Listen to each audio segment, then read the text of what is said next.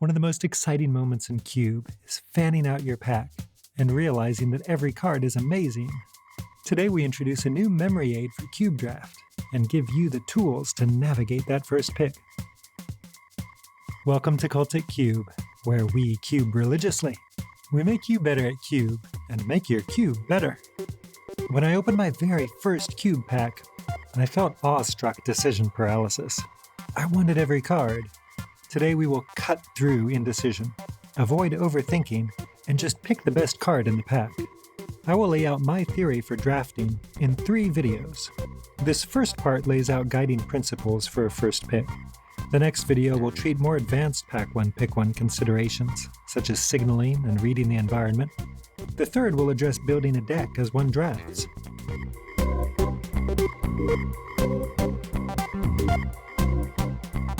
Let me underscore that this discussion is not at all meant to be prescriptive.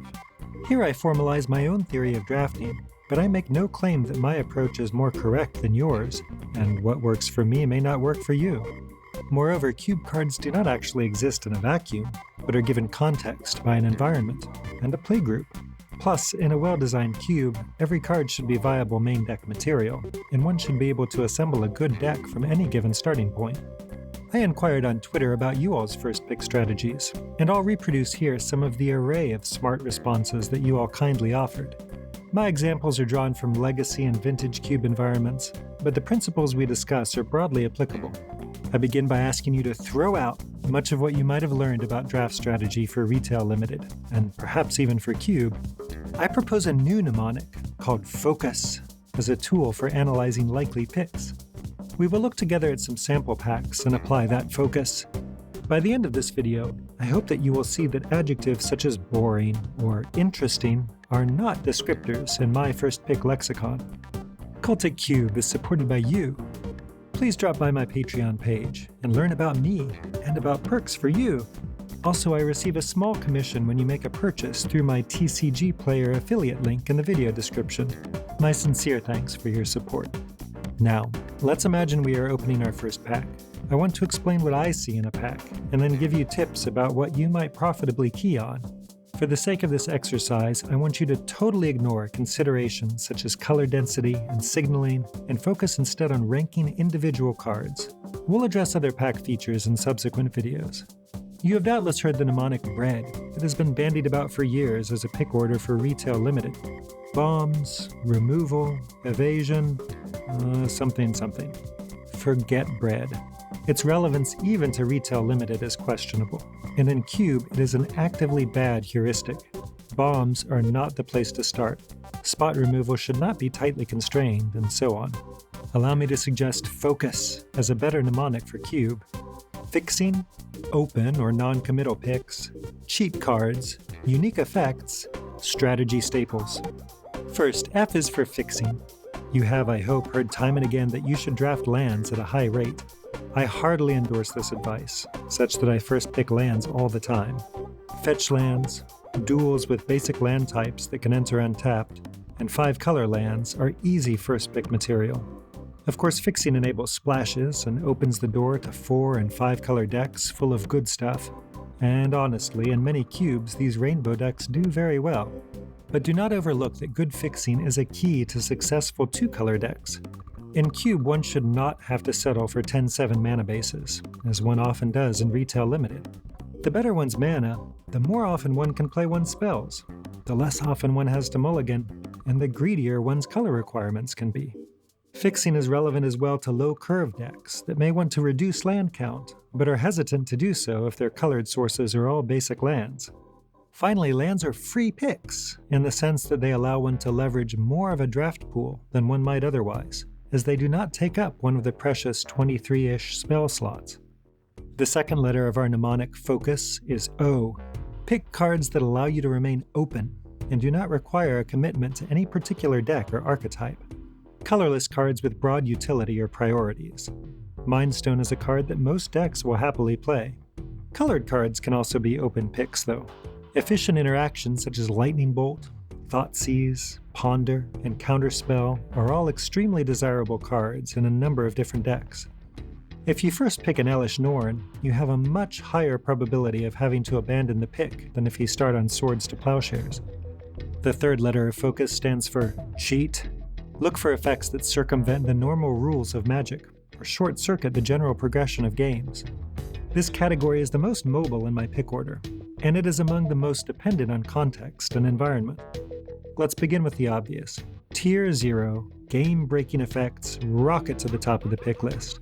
In powered environments, of course, you should slam any member of the extended circle of power that you find, except Time Twister. Black Lotus, Soul Ring, Moxen, Ancestral Recall, Library of Alexandria, and so on. There are plenty other unfair cards that I would take before fixing. Creature cheat, such as Channel, Tinker, Natural Order, and Animate Dead. Important card advantage plays, such as Jace the Mind Sculptor, Snapcaster Mage, and Mind Twist, and Balance. Big mana advantage, such as Tolarian Academy, and to a lesser extent Gaia's Cradle. And catch-all card selection, such as Demonic Tutor, Vampiric Tutor, and even Entomb. Many broken effects are first pick material for me, but are not among those Tier 0 cards that are inexpensive or free and require little setup. Cards in the more normal course of unfair include Sylvan Library, Green Sun Zenith, Upheaval, Wildfire, Opposition, Bitter Blossom, Skull Clamp. The theme here is that all of these are excellent, first pick worthy cards, but they are more expensive or come with more deck-building constraints attached to them than the rarefied cheat cards above. These are lower-order cheat that I would not necessarily take before fixing, or less committal picks that are almost guaranteed to make my deck, regardless of where the draft takes me. Most of the cards we have been discussing shortcut mana, or cards, by large amounts, but do not forget that among the most common forms of mana cheat is the humble mana dork, such as Llanowar Elves. 1 CMC green ramp is a premium pickup, as are 2 mana rocks, such as Talismans and Signets. The fourth letter of focus is U. Look for effects that are unique or whose density is constrained. Often the unique implies specific application, but ideally one picks cards that do not commit one to a narrow archetype. Goblin Welder, Blood Artist, and Argothian Enchantress are all cards that provide unique effects, but that suggest specific archetypes, and that want specific cards supporting them. So such cards are too committal for a first pick. Take cards that suggest a strategy, rather than a specific deck. Some effects whose density is constrained that may be better early picks include board sweepers that cost 4 or less. These are hard to come by, and they have a high value ceiling such that they often trade up in terms of mana and cards. Armageddon and Winter Orb are unusual for severely constraining players' mana at a good rate. Mother of Runes only recently added a sister to her family, and the pair are good in many decks. Cards such as these have effects that are rare, but do not put one in a parasitic archetype such as Aristocrats. The fifth and final letter of focus is S. Watch for cards that are powerful linchpins for a particular strategy. I say strategy rather than archetype because, while I risk splitting hairs here, I want to stress that I will almost never first pick a card that only functions when supported by a specific collection of other cards. Now, I make an exception to this rule when a card's ceiling is so high that it cannot be ignored, as in the case of Reanimate. I would never first pick a Pestermite, for instance, as it does almost nothing without a Kiki-Jiki. I am loath to first pick Kiki as well, even if it has some value without an untapper. Similarly, I would not first pick a Crucible of Worlds and hope to assemble some Lands Matters deck, though I would start on Strip Mine, as it is generically good. By a card that suggests a strategy, then, I mean a card that strongly incentivizes one to pursue a particular theater of magic, such as midrange or control, or a card that puts one in a particular deck that is less reliant on a discrete set of cards. Goblin Guide is a fine example of just such a strategy card. It is a powerful start to Red Deck Wins, which is a deck that is parasitic in that it wants a particular set of cards, but this set is rather broad. It comprises aggressive red creatures at 1 and 2 CMC and cheap burn. Similarly, starting on a Wrath suggests a control shell.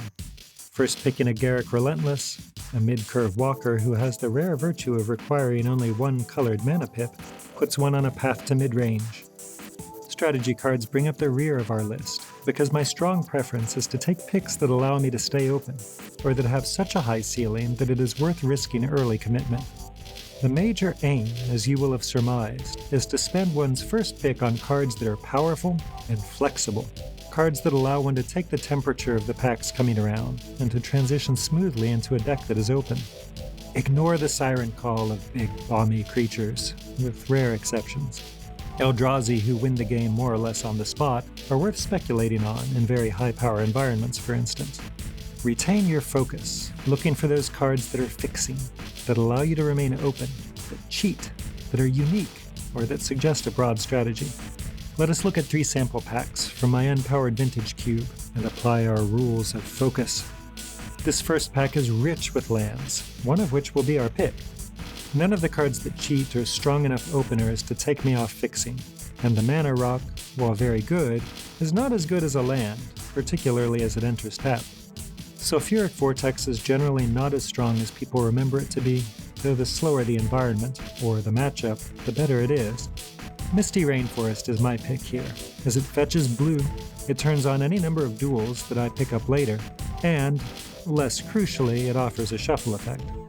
In our second pack, Flooded Strand would be the pick, except that Animate Dead is cheat of such quality that I am willing to speculate on it and aim to build around the Parasitic Reanimator archetype. Jace Vryn's Prodigy is in the top third of the pack, but I am not inclined to first pick a looter, even an excellent one. Neither Knight of Ebon Legion nor Gutterbones are strong enough to put me in black aggro. People rightly love Carnage Tyrant and Chandra Flamecaller, but the pack has to work harder than that to make me consider a 6-drop. Avacyn Angel of Hope is not in the running. With few exceptions, one should take the cheat before the payoff. Avacyn likely wheels, and if she does not, I can find other payoffs for my Animate Dead later. Our final pack has no lands, and no top-tier cheat. It does, however, have cards that cheat in a more modest fashion. Prismatic Lens is my pick here, as it keeps me open, and it ramps. In second place I have Avacyn's Pilgrim, which is ramp that is cheaper but that puts me in base green. Third, Green Sun Zenith is a good tutor, but it also commits me to green. Next, Dismember is colorless removal.